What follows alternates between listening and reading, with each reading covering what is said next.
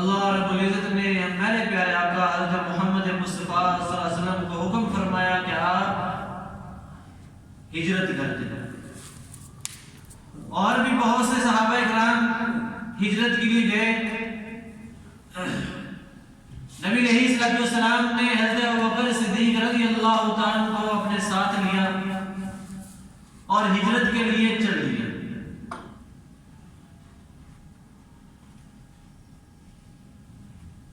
پیچھے سے یہ اعلان ہو گیا کہ جو محمد مصطفیٰ صلی اللہ علیہ وسلم کو پکڑے گا اس کو 100 اونٹ بطور انعام کے ملیں گے.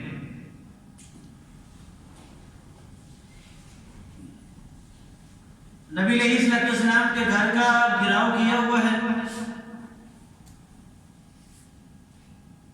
نبی علیہ الصلوۃ والسلام کے پاس لوگوں کی امانتیں بھی موجود ہیں. نبی علیہ الصلوۃ والسلام کے ساتھ ان کی دشمنی تھی. نبی علیہ الصلوۃ والسلام کے ساتھ وہ بہت زیادہ ظلم و زیادتی کے باوجود بھی نبی علیہ الصلوۃ والسلام کو وہ امانت دار سمجھتے تھے. ان کی امانتیں نبی علیہ الصلوۃ والسلام کے پاس موجود. نبی علیہ الصلوۃ والسلام نے حضرت علی رضی اللہ تعالیٰ عنہ کو اپنے بستر پر سلایا کہ بس علی یہ لوگوں کی امانتیں ہیں, آج آپ رات میرے بستر پر سو جائیں, صبح لوگوں کو ان کی امانتیں واپس کر کے تم بھی ہمارے پیچھے آ جانا. اور نبی علیہ الصلوۃ والسلام گھر سے باہر نکلے ہیں اور نبی علیہ الصلوۃ والسلام کے گھر کے چاروں طرف کفار نبی علیہ الصلوۃ والسلام کو نعوذ باللہ من ذالک مٹانے کے لیے, قتل کرنے کے لیے موجود ہیں. نبی علیہ الصلوۃ والسلام نے اللہ سے فریاد کی کہ اللہ ان لوگوں کے نرغے میں یہ چاروں طرف جنہوں نے میرے گھر کا گھراؤ کیا ہوا ہے, میں یہاں سے کیسے نکلوں گا. اللہ رب العزت نے سورہ یاسین کی ابتدائی آیات 8 آیات ملتی فرمایا کہ محبوب دو عالم صلی اللہ علیہ وسلم ایک ریت مٹھی کی پکڑ لیں, اس میں یہ سورہ یاسین کی ابتدائی 8 آیات یہ پڑھ کر ان کی طرف پھینک دیں. پھینکنا آپ کا کام ہوگا, ان کی آنکھوں کو بند کر دینا اللہ کا کام ہوگا. نبی علیہ الصلوۃ والسلام نے ایسے ہی کیا اور گھر سے باہر نکل آئے اور لوگوں کو پتہ بھی نہیں چلا کہ نبی علیہ الصلوۃ والسلام گھر سے باہر نکلے. حضرت ابوبکر رضی اللہ عنہ کے دروازے پر آئے, دروازہ نوک کیا.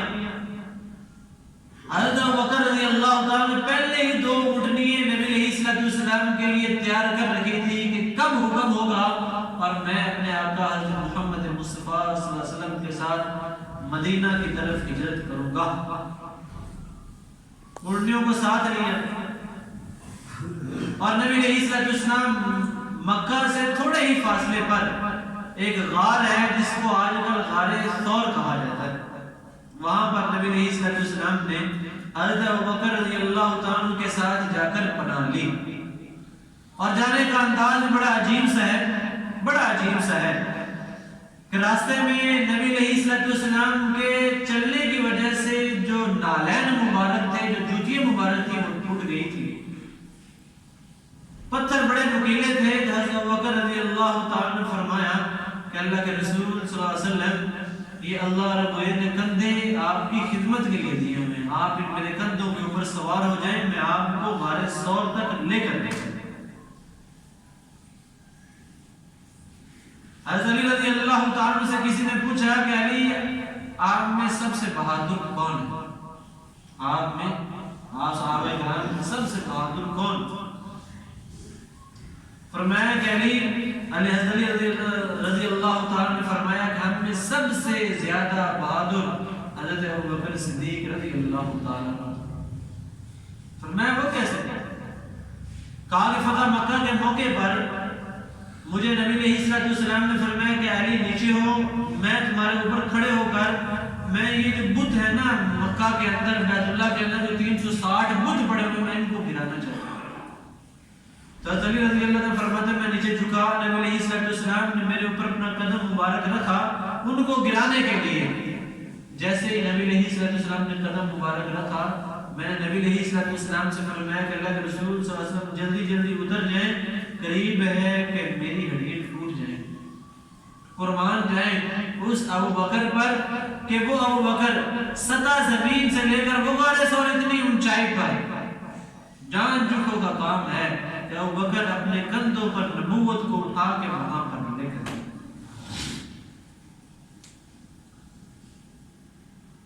ابو جہل گھر میں آیا، اس نے دیکھا نبی علیہ السلام موجود نہیں، حضرت علی رضی اللہ عنہ موجود ہے، کہا کہ تمہارے نبی کہاں پہ؟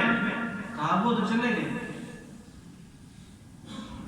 ابو بکر جناب ابو جہل کو بھی پتا تھا کہ نبی علیہ السلام ابو بکر کے بغیر کچھ نہیں، ابو بکر کے بغیر کچھ نہیں کرے۔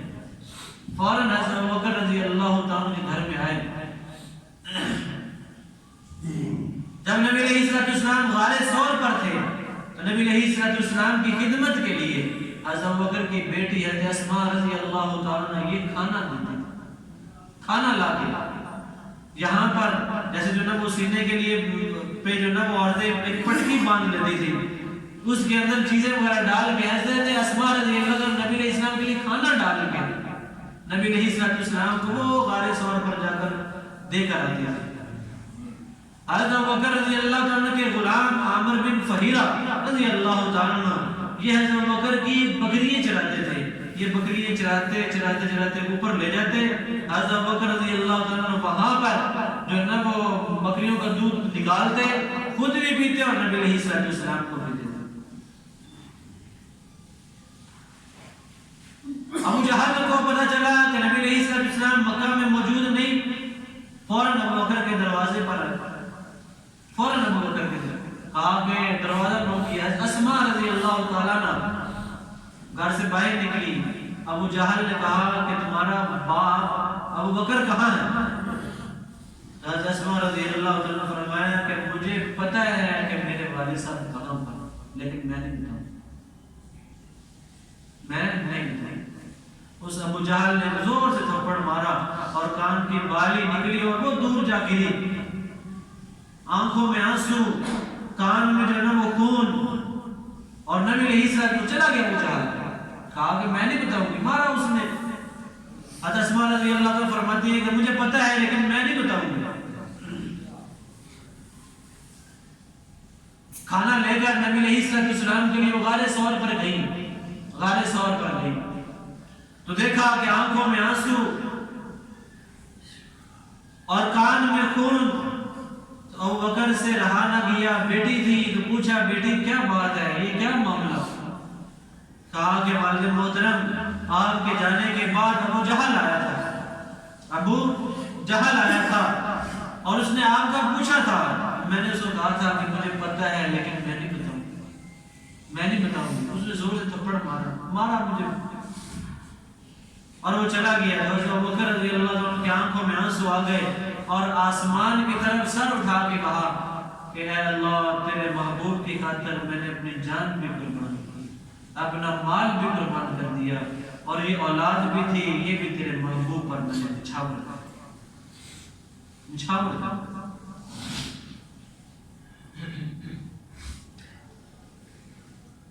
نبی علیہ السلام تشریف فرما ہے۔ صحابہ کرام نے پوچھا کہ اللہ کے رسول صلی اللہ علیہ وسلم کوئی ایسا آدمی بھی ہے کہ جس کے لیے جنت کے 8 دروازے پکار کر کہہ رہے ہو کہ آؤ ہم سے گزر کے جاؤ؟ تو نبی علیہ السلام نے فرمایا مجھے امید ہے کہ وہ ابو بکر ہوں گے، کہ جنت کا ہر دروازہ ابو بکر کے لیے پکار کر کہے گا کہ ابو بکر مجھ سے گزر کے جنت میں جاؤ۔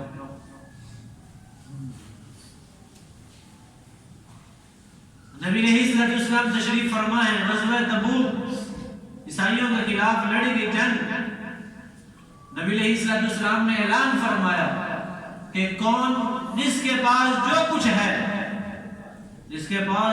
ہے وہ لے آئے، ہم نے جہاد کے لیے صحابہ کرام رضوان اللہ تعالی اجمعین اپنے اپنی حیثیت کے مطابق جو تھا گھر میں لے آئے۔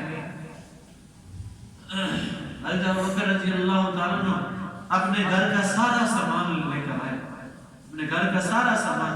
حضرت عائشہ رضی اللہ تعالیٰ فرماتی ہیں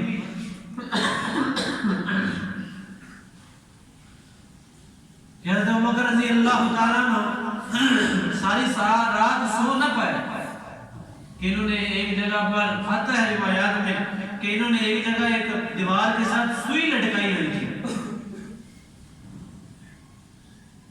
سو نہ پائے کہ وہ سوئی ان کو ملی نہیں کہ میرے محبوب نے آواز دی ہے جہاد کے لیے اور میرے گھر میں سوئی بھی ہوئی۔ اپنے گھر کا سارا سامان جا کر نبی علیہ السلام کے قدموں پر نچھاور کر دیا اور خود ٹاٹ کر، یہ جو پوری مصر کا لباس ہوتا ہے یہ پہن لیا۔ میرے بھائیوں، کچھ لوگ ہیں جو یہ کہتے ہیں کہ ابوبکر نے اسلام اس وجہ سے قبول کیا تھا کہ میری واہ واہ ہو جائے، اس وجہ سے اسلام قبول کیا تھا کہ اس کو مال و متاع مل جائے۔ میرے بھائیوں، یہ ٹاٹ کا لباس پہننے والا یہ جو ہے وہ